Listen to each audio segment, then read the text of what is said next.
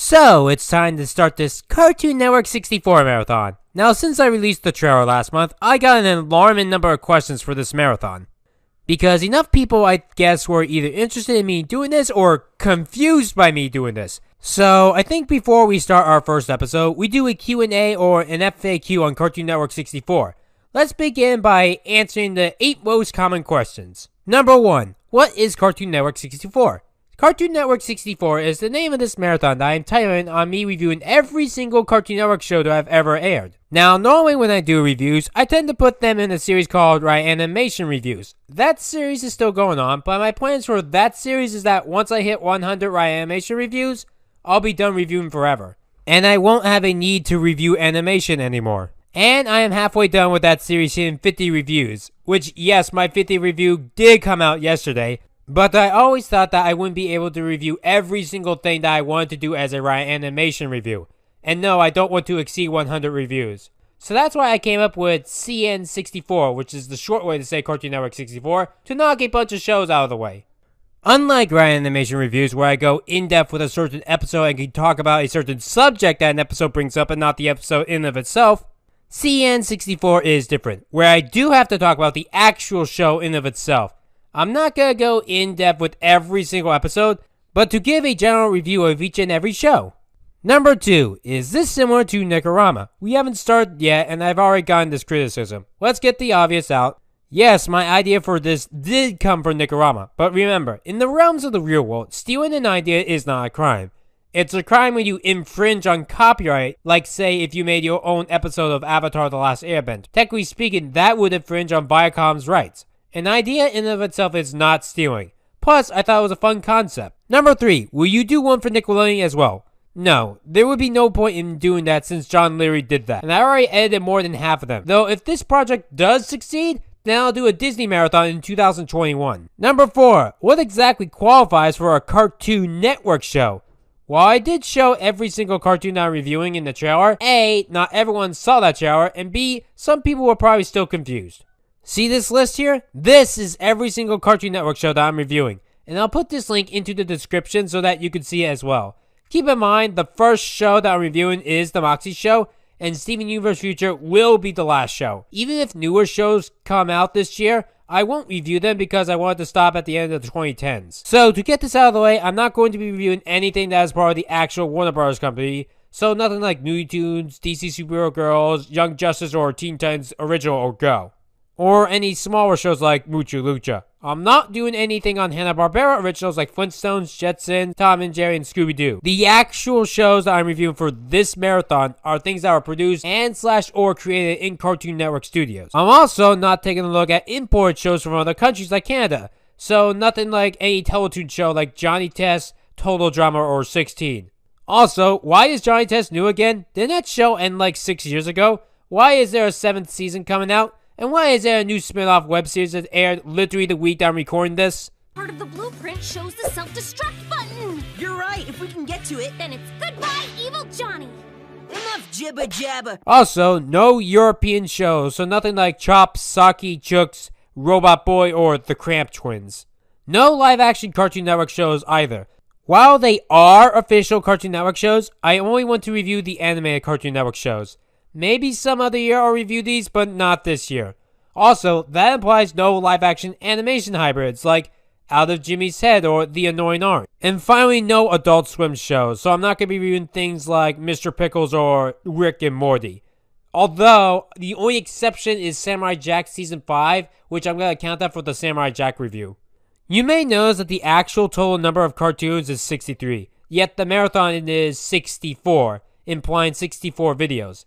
That's because I'm going to save the last video, the 64th one, as the video that talks about Cartoon Networks as a whole, including its real-life effect, the controversies, and the Cartoon Network Hotel, which I will be visiting in this final video. Number 5. Will this be a big improvement over Mr. Enter's Nikorama? It all depends on what angle you look at. I mean, I'm going to watch every single episode unlike Enter, but his marathon was a lot faster and done in a time span of 3 months. This marathon is going to quadruple that. It's going to take until next May to finish every show. That's because for each of these shows, I want to be as precise as possible so that I won't have to re-review them.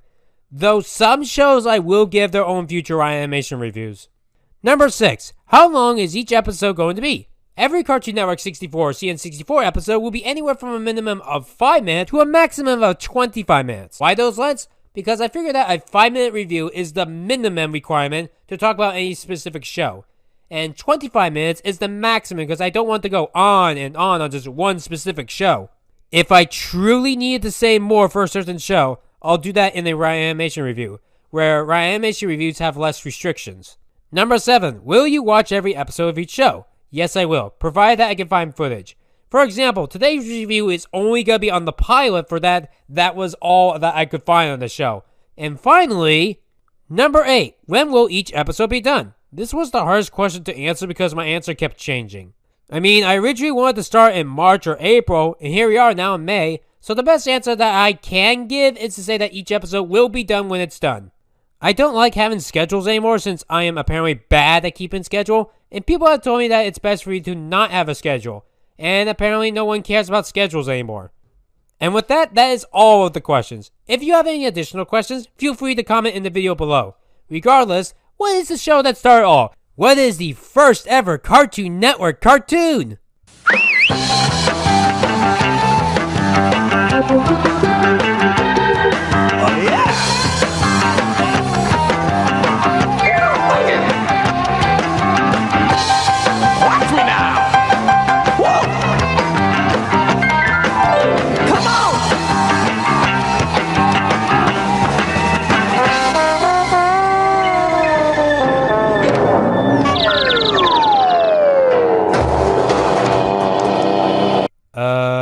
What? The Moxy Show, or the Moxy and Flea Show. Okay then. So this is how Cartoon Network started? Ah boy, here we go. I don't even know where to begin on this one. Well, let's put it like this. DuckTales is the first ever Disney cartoon for the Disney Channel, and it's one of the most beloved cartoons of all time. Ren and Stimpy was the first ever Nicktoon, one of the most beloved cartoons of all time. The Moxy Show. How many of you guys know this show? I thought the first Cartoon Network show was a cartoon like Dexter's Laboratory or Powerpuff Girls. But no, it's this show that I have never heard of before this marathon. That's bizarre. And if you want to add on to the bizarreness, this show is animated in 3D. This is an odd decision, for many reasons. Number 1 is that shows weren't animated in 3D back then. Then again, in today's world, they're not really in 3D either. The only 2 successful shows are in 3D right now are Sonic Boom and Miraculous Ladybug, which apparently don't make any new episodes anymore. And number 2 is that the 2 competitors before this, Disney and Nickelodeon, were 2D as well. Maybe Cartoon Network thought being in 3D would have made them more profitable, but you gotta keep in mind, this is the only 3D cartoon on Cartoon Network.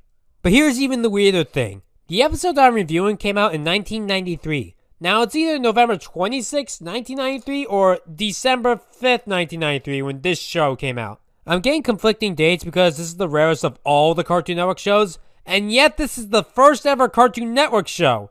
Regardless, this one was harder to do research on than any of the other cartoons.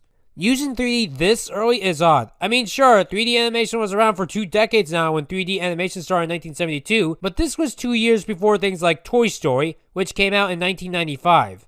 And that's what really pushed for 3D animation. And that movie is going to be 25 years old this year. But that's a movie. What about for television? Reboot, the animated show, came out a year after the Moxy Show. And even then, companies in them themselves didn't really push for 3D until Shrek came around. Although, I'm gonna sadly say that the first 3D animation is technically better animated than the Moxy Show. Now, I'm not gonna fault Moxy Show on that since this technically was a first-time experiment, even though this 1972 animation here sadly looks better. However, the Moxy Show did have a lot hanging on its line. This was essentially the show that had to tell people why Cartoon Network should be, you know, a network. And if this failed, then there might be no Cartoon Network. Yes, we eventually got a network, but that was only because of the cartoons, which was the 3rd Cartoon Network show for the record. But even then, the Moxy Show is my definition of a so bad it's good because, oh my fucking god, this is fucking insane! I haven't seen an animation this bizarre since this year. Dorbies, everywhere I look I see Dorbies, rolling to and fro I see Dorbies, why don't they go away? Hey, hey. And to tell you the truth, this is even more bizarre than Dorby's. The Moxy Show is the most bizarre animation I have ever seen. Period. Now, normally I don't like going in depth with episodes like this, and I won't be doing this for the rest of the marathon, but since the Moxy Show I could only find one episode, I think that it's appropriate to do it here. And how about that voice acting? Excuse me, where are we? What the fuck? Why is Chris Rock in this? No, seriously, that is Chris Rock. Why is he voicing the Flea in the very first Cartoon Network show? I understand getting celebrity voice actors for when your network is popular enough, but not when you are first starting out. But let's see how it goes. The animation at first does look nice. The car effect here actually looks impressive, and actually it uses a good blend of CGI and live action backgrounds. But you know what's not impressive? The writing. Attention listeners, please be advised, 2 brilliant hair scientists have escaped from the hair reformatory for men. They were last seen careening down the Florida highway at a high rate of speed. Styling wands and are to be considered extremely dangerous. We now return to our regularly scheduled program. We just started, and I'm already lost. But we're gonna get even more lost from here. My friend is a brim, and it's down by law. Yes, that is exactly what I want to hear in the first ever Cartoon Network episode of the first ever Cartoon Network show. A flea talk about love and how he wears a hat. And then we transition to Donkey Kong's moon. Because get it? It looks like a banana. Speaking of Donkey Kong, the lip movement on these monkeys look exactly like the lip movements on the monkeys in the Donkey Kong Country cartoon. I wouldn't be surprised if they actually stole that idea from the Moxy Show. Our planet faces a catastrophic catastrophe. Clump after clump. Our citizens are experiencing rapid hair loss. The dreaded Nair virus is upon us. It won't be long until all of us are hairless and pink. Maybe now not is the best time to talk about viruses, but are you implying that this virus makes you lose your hair? I think that's what he's saying because he's speaking in fucking gibberish! Our only hope lies with 2 brilliant runaway hair scientists from the planet Earth, who are at this moment speeding down the Florida highway, the thoroughfare for muscly sailors and skippers. Your mission is to bring them back to our planet, suck the hair growth information out of their brains. Did you just say that you have to suck their heads to get the information out of their brains? That's not how you gain knowledge. You gain knowledge by talking to people, reading books. You don't just suck their heads. And then we cut to actual live-action humans. Huh, I guess CN Rio has been around since the very first episode of the very first show. Moxy, something's been bothering me. Yes, Flea? You're a dog, right? That's correct. Well, dogs can't drive. And fleas can't fucking talk. Now cats can drive. Now if you're a cat, I feel a whole lot more comfortable. I mean, there are certain types of fleas that prefer cats, but generally speaking, fleas prefer dogs. So these monkeys mistake Moxy and Flea as these smart scientists and bring them to their ship. Fabulous! Good plan! Good plan! Good plan. Excellent. Good plan! Fabulous! Hey, I've got an idea. Let's do a particle transfer. Good plan! How about you shut the fuck up? Good plan! Thank you! And apparently Moxy's brain is a guy playing a banjo. What? Excuse me, don't take this the wrong way, but who are you? I am Dale, from the Chimp Planet. Chimp planet? Really? So let me get this straight. This episode is about alien monkeys from the planet Chimp coming to Earth and kidnapping a dog and a flea because they think they're scientists so that they come with a hair growth serum. This is amazing! Wake up, little fella. Wake up! Wake up! Wake up! I think I'm gonna hurl, Dad. No, I'm not your dad. I'm Tony. Welcome to the Chimp Planet. Says the human. Why is there a human on the Chimp planet? Brain-sucking device? Ooh, that sounds painful. Hey, why don't you disconnect this thing, all right? And I'll send you some bananas. The feed monitor reads at 10! How much you want? 100 bushels? 200 bushels? Notice the stuttering and the sweaty head. Banana pie. Banana sausage. Banana sausage. Really? You do know that's a euphemism, right? Yeah, what would James Brown say? Whoa, fucking ridiculous babbling. I don't think you have the right to say ridiculous babbling when you repeat yourself 3 times every single time. Also, why is it that the 3 monkeys all have some kind of trippy drug visuals in the background of their windows? Was it what the creators were on? Fuck it. Maybe Moxy is a type of drug and it's delivered by fleas. I can save you money. Since when did Chris Rock sound like an auto car saver guy? Chill. tale, Sherlock Holmes. I kind of feel bad for Chris Rock here because he's doing his absolute best here, but it's a shitty script. Don't worry, Chris. Madagascar, when you get to be a zebra, will be better for you. And by the way, if you screw up, your brains are mine! Ew, I don't like how he worded it like that. Attention! All orange dogs currently being electrocuted, spun about, poked, or prodded, please report to the laboratory. And shoppers, don't forget our everyday low prices on He-Monkey undergarments. Wait, now this scientist lab on the planet Chimp is now a grocery store? Welp, I gave up. Apparently, I gave out to. I don't give a fuck. Let's just end this. He-Monkey underwear.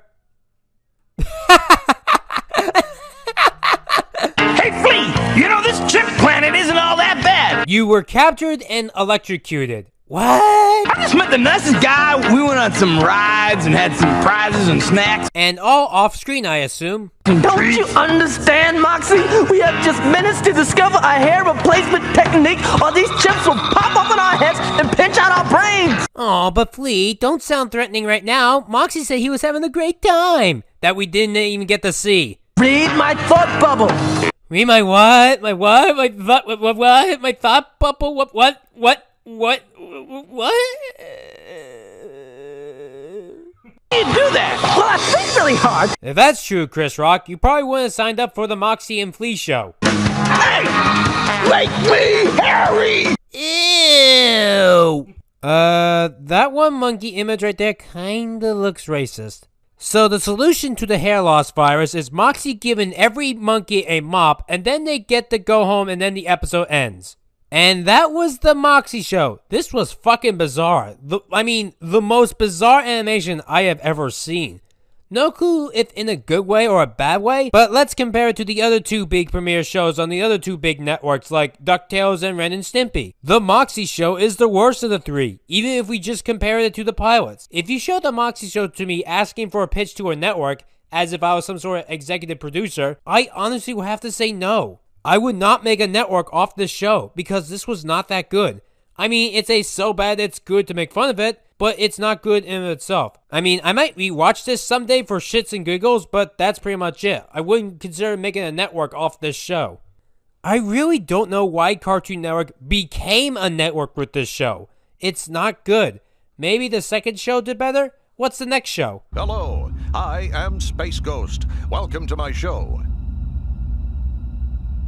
Space Ghost? Okay then, let's see how this show goes.